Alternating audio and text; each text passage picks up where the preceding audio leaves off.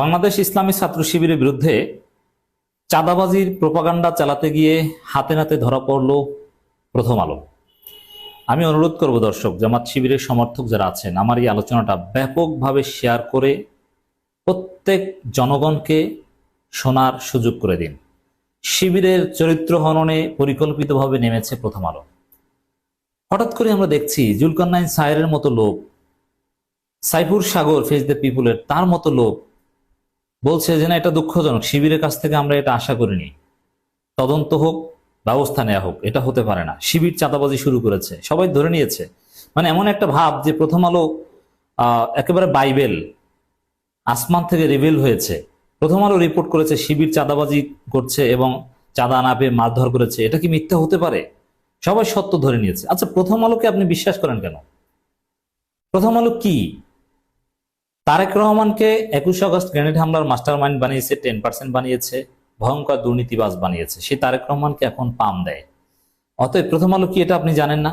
প্রথম আলো জঙ্গি নাটক করেছে, হাসিনার সমস্ত প্রজেক্টের অংশীদার ছিল, এটা আপনি জানেন না? তো প্রথম আলো রিপোর্ট আপনি বিশ্বাস করেন কেন? এই রিপোর্ট মিথ্যা, ধরা পড়েছে, আমরা দেখিয়ে দিচ্ছি। এবং রিপোর্টের শব্দচয়ন দেখলেই বুঝবেন, যারা জামাত শিবির সম্পর্কে জানেন, যে কত বড় মিথ্যাচার শিবিরের বিরুদ্ধে। শিবির কোনো চাঁদাবাজি করেনি, শিবির কোথাও চাঁদাবাজি করে না, কোনো মারধরের ঘটনা চাঁদাবাজি কেন্দ্রিক বা শিবিরের সাথে ওরকম ঘটেনি, এটা মিথ্যা কথা। তো দর্শক, ধরা পড়েছে, বেশিক্ষণ লাগে নাই, অল্পের মধ্যেই প্রথম আলো ধরা পড়েছে। শিবিরের বিজয়, শিবিরের নৈতিক বিজয়। শিবির চাঁদাবাজি করে না। চাঁদা না পেয়ে ব্যাংক কর্মকর্তাকে মারধরের অভিযোগ শিবির কর্মীদের বিরুদ্ধে।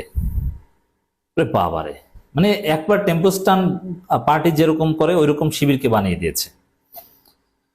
কিন্তু যার রেফারেন্সে প্রথম আলো রিপোর্ট করেছে যে ব্যাংকের ম্যানেজার বলেছে যে চাঁদা না পেয়ে এই ঘটনা, কিন্তু সেই ব্যাংক ম্যানেজার ভিডিও বার্তা দিয়েছে যে না না না, এরকম চাঁদার কোনো ঘটনা ঘটেনি, এটা অন্য একটা বিষয়, ভুল বোঝাবুঝি, আমরা এটা সমাধান করছি। মানে প্রথম আলো মিসকোট করেছে ব্যাংক কর্মকর্তাকে, প্রোপাগান্ডা চালিয়েছে, শিবিরের বিরুদ্ধে মিথ্যাচার করেছে। ব্যাংক কর্মকর্তার ওই ব্যাংকের ম্যানেজারের ভিডিও বার্তার মাধ্যমে প্রথম আলোর রিপোর্ট মিথ্যা প্রমাণিত হয়েছে। তিনি দাবি করেছেন না, এখানে শিবির কোনো চাঁদাবাজি করেনি, চাঁদাবাজির মতো কোনো ঘটনা ঘটেনি। আর শিবির চাঁদাবাজি করবে আর চাঁদা না দিলে মারধর করবে, এটা কি বিশ্বাসযোগ্য? শিবিরের রাজনীতি সম্পর্কে যারা জানেন, এই ধরনের কোনো সিস্টেম নেই, এ ধরনের কোনো প্র্যাকটিস শিবিরে নেই। রিপোর্টের ধরন দেখেন, তাহলেই বুঝবেন যে প্রথম আলো কতটা মিথ্যাবাদী। নরসিংদী সদর উপজেলার মাধবদীতে ঈদের আগে চাঁদা ব্র্যাকেটে এয়ানত। আচ্ছা, আমরা চাঁদা বলতে যা বুঝি, হ্যাঁ, চাঁদা এয়ানত এগুলো সিনোনিমাসলি ব্যবহার করা যায়, সিমিলার মিনিং হয়, কিন্তু আমরা চাঁদা বলতে কি বুঝি? আমাদের রাজনীতিতে যখন আপনি লিখবেন যে চাঁদাবাজি, চাঁদা না পেয়ে, তখন কি? এটা এক্সটর্শন, মানে আপনি জোর করে আপনাকে দিতে হবে। আর শিবিরের এয়ানত জিনিসটা তো সম্পূর্ণ আলাদা। সেটা শুভাকাঙ্ক্ষী বা কর্মী বা তাদের সাবেক জনশক্তিরা দেয়, এবং তার একটা হিসাব থাকে, তার একটা ভাউচার থাকে, যে আপনি 200 টাকা দিয়েছেন, মাস শেষে সে নিজে খুঁজে দিয়ে দেয় বা তার কাছে আনতে যায়। তো শিবিরের এয়ানত আর প্রচলিত অর্থে আমরা যেটাকে চাঁদা বুঝি, দুইটা কি এক? আর শিবিরকে এয়ানত না দিলে শিবির মারবে। যারা শিবির করেছেন বা শিবির সম্পর্কে জানেন, এটা কল্পনা করতে পারেন? এটা বরং অনুরোধ করে, বুঝিয়ে শুনিয়ে নেওয়ার চেষ্টা করে, না দিলে কিচ্ছু না, কিচ্ছু করার নেই, এ ধরনের কোনো সিস্টেমই নেই। অথচ এই চাঁদা ব্র্যাকেটে এয়ানত মিলিয়ে ফেলেছে। এয়ানত আর চাঁদা, আপনি যদি ইংরেজিতে এক্সটর্শন আর এই যে অনুদান বা তারা যে মাসিক এয়ানত নেই, এই দুইটা কিছুতেই এক নয়। অথচ প্রথম আলো এখানে এক করে ফেলেছে, এখানেই তাদের ধোঁয়াশা। প্রত্যেকটা পরতে পরতে জালিয়াতি প্রথম আলো। না পেয়ে ইসলামী ব্যাংকের কর্মকর্তাকে সড়কে ফেলে মারধরের অভিযোগ উঠেছে। সোমবার সকাল 10:15টার দিকে মাধবদী পৌরসভার ইসলামী ব্যাংকের শাখা সংলগ্ন একটি গলিতে ঘটনা ঘটে। ভুক্তভোগী ব্যাংক কর্মকর্তা তার সহকর্মীর দাবি, হামলাকারীর ইসলামী ছাত্র শিবিরের স্থানীয় কর্মী এবং স্থানীয় জামাত নেতার অনুসারী। দেখেন, এখানে আরেকটা জালিয়াতি। যারা জামাত ইসলামী রাজনীতি সম্পর্কে জানেন, স্থানীয় জামাত নেতার অনুসারী মানে এমন ভাবে উপস্থাপন করা হচ্ছে প্রথম আলোর এই রিপোর্ট, যে জামাতে 2-3টা গ্রুপ থাকে বিএনপির মতো, এবং শিবিরের ছেলেরা যে কোনো একটা গ্রুপ করে। কি অদ্ভুত এবং উদ্ভট লাগছে না? জামাতে কিংবা শিবিরে এই ধরনের কোনো প্র্যাকটিস নেই। বিশেষ জামাত নেতার বিশেষ কোনো অনুসারী শিবির গ্রুপ, এটা অসম্ভব। শিবির জামাতের লেজুর ভিত্তিক সংগঠন নয়। হ্যাঁ, কমন ইন্টারেস্টের জায়গায় তারা একসাথে কাজ করে, কিন্তু বিশেষ কোনো জামাত নেতার অনুসারে এই সিস্টেমই নেই। এটা একদম মিথ্যাচার। এটা শিবির জামাত সম্পর্কে যারা জানেন তারা, তাদের কাছে খুবই অড লাগবে যে এটা কেমন কথা, যে স্থানীয় এক জামাত নেতার অনুসারী আবার শিবির কর্মী। আচ্ছা, শিবির কর্মীরা কি এয়ানত নিতে যায়? কর্মীদের অনেক সময় নিয়ে গেলেও এয়ানতটা নিতে যায় বেসিক্যালি মিনিমাম সাথী। তো এখানে আবার শিবির কর্মী আবার এক জামাত নেতার অনুসারী বানিয়ে দিয়েছে। তা জামাতে গ্রুপিং আছে, কি গ্রুপিং আছে একটু বিশেষভাবে খোঁজ নিয়ে প্রমাণ করুন। তো এই রিপোর্ট যে মিথ্যা, এটা জামাত শিবিরের লোকজন বা যারা জামাত শিবির বুঝেন, আশা করি তাদেরকে বুঝাতে পেরেছি। আর অন্য যারা, তারাও একটু চিন্তা করে দেখেন, এটা একদম অসত্য। আহত ব্যাংক কর্মকর্তার নাম মোহাম্মদ সেলিম মিয়া, 43, 16 বছর ধরে ইসলামী ব্যাংকে চাকরি করছেন। মাধবদী পৌর শাখার বিনিয়োগ বিভাগের লোন সেকশনের প্রধান। শাখাটি তিনি 5 মাস ধরে কর্মরত রয়েছেন। মারধরের শিকার হওয়ার পর সেলিম মিয়া বর্তমান হাসপাতালে চিকিৎসাধীন।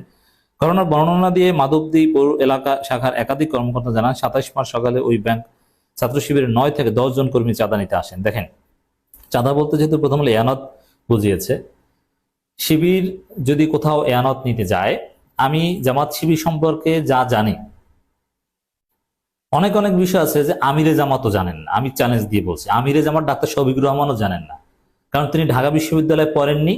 শিবিরের অনেক মেকানিজম এগুলো তিনি জানেন না, হয়তোবা শুনেছেন, আমি দেখেছি। তো এয়ানত কিভাবে নিতে যায়? 9-10 জন এয়ানত নিতে যায়। ভূগোল বুঝান জনগণকে। শিবিরে এয়ানত নিতে যায় 2 জন, সর্বোচ্চ 3 জন। আর ব্যাংকের মধ্যে 9-10 জন ঢুকবে, এরকম কোন প্র্যাকটিস কালচার শিবিরে কোথাও নেই। অতএব এটা মিথ্যা। 9-10 জন কর্মী চাঁদা নিতে যায়, এয়ানত নিতে যায়, উদ্ভট কথা, মিথ্যা কথা। এ ধরনের প্র্যাকটিসই নাই। এদের আগ মুহূর্তে হয় ওই দিন ভিড় ছিল ব্যাংকে। এ সময় ভিড় ঠেলেই চাঁদা তুলতে শুরু করেন তারা।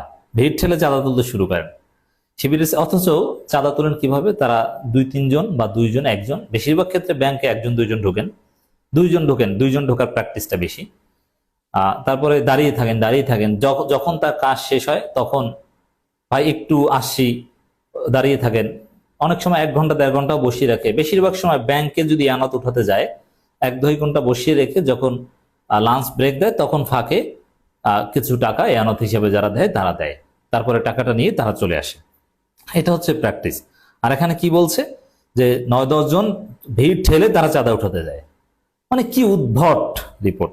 এ সময় ভিড় ঠেলে চাঁদা তুলতে শুরু করেন তারা। এক পর্যায়ে তারা সেলিম মিয়ার ডেস্কে গেলে তিনি তাদের বলেন, আপনারা এভাবে কালেকশন না করে এক জায়গায় বসেন। এ সময় তিনি একজন কর্মকর্তাকে চাঁদা তুলে দেওয়ার দায়িত্ব দেন। বিষয়টি শিবির কর্মীদের পছন্দ হয়নি। ওরে বাবার, মানে শিবিরকে একদম ছাত্রলীগ ছাত্র দলের মতো উপস্থাপন করতে চাচ্ছে প্রথম আলো। এটা উদ্ভট। কর্মকর্তা জানান, এই দিন বিকালে মাধবদী পৌর জামাতের আমিরুল ইসলামের নেতৃত্বে শিবিরের নেতাকর্মীরা আবার ব্যাংকে আসেন। এই সময় নেতা শাখা ব্যবস্থাপক ম্যানেজার আবু সাইদকে বলেন তার কক্ষে যেন সেলিম মিয়াকে ডেকে আনা হয়। ব্যবস্থাপকের কক্ষে ঢোকার পর কোনো কিছু না শুনেই সেলিমকে আক্রমণ করে কথা বলতে থাকেন জামাত শিবিরের লোকজন। এক পর্যায়ে সেলিম মিয়ার হাত পা কেটে ফেলার হুমকি দেন তারা। প্রতিবাদ করেন ব্যবস্থাপক। ওরে বাবা, হাত পা কেটে ফেলার হুমকি দেন জামাতের লোকজন। মানে এটা স্বাভাবিক কমন সেন্স কি এটা বিশ্বাস করে? যারা জামাত শিবির জানেন তারা অ্যাটলিস্ট বিশ্বাস করবেন না।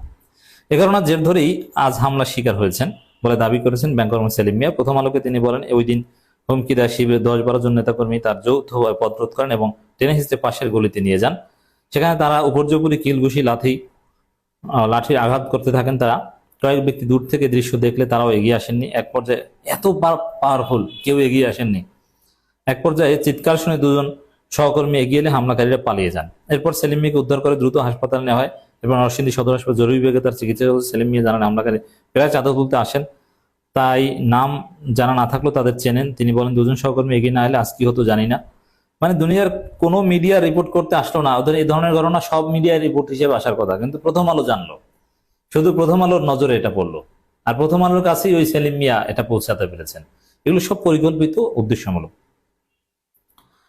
শিবির নেতাকর্মীরা চাঁদা না পেয়ে ঘটনা ঘটেছে বলে জানান ব্যাংক শাখা ব্যবস্থাপক আবু সাইদ। অথচ মিথ্যা কথা। এই আবু সাইদ স্পষ্ট ভিডিও বার্তা দিয়েছেন এখানে চাঁদার কোনো ঘটনা ঘটেনি, এটা অন্য একটা বিষয় নিয়ে ভুল বোঝাবুঝি। তিনি বলেন, সম্প্রতি 3 জন জামাত নেতা সন্তত 40 জনের বিরুদ্ধে ঋণ খেলাপির মামলা করায় তারা ক্ষুব্ধ ছিলেন। মিথ্যা কথা। বিষয়টি হেড অফিস ও জোনাল অফিসের ঊর্ধ্বতন কর্মকর্তা এবং থানা জামাতের আমিরকে জানানো হয়েছিল। সব জায়গা থেকে বলা হচ্ছে ঈদের ছুটির শেষে বিষয়টা দেখবেন, এর মধ্যে ঘটনা ঘটে গেল, আমরা নিরাপত্তাহীনতায় রয়েছে। অথচ এই আবু সাইদ বলছে না না এগুলো চাঁদাবাজির কোনো সম্পর্কই নেই। মাধবদী পৌর জামাতের আমির আমিরুল ইসলাম বক্তব্য পাওয়া যায়নি। বিষয়ের নজরে আনা হলে মাধবদী থানা জামাতের আমির জাফরুল্লাহ খান বলেন, আজ সকাল থেকেই গাজার ঘটনা, এগুলো উদ্ভট কথা। যাই হোক দর্শক, এই ব্যাংকের শাখা ব্যবস্থাপকের ভিডিও বার্তার মাধ্যমে এই প্রথম আলোর এই রিপোর্ট মিথ্যা প্রমাণিত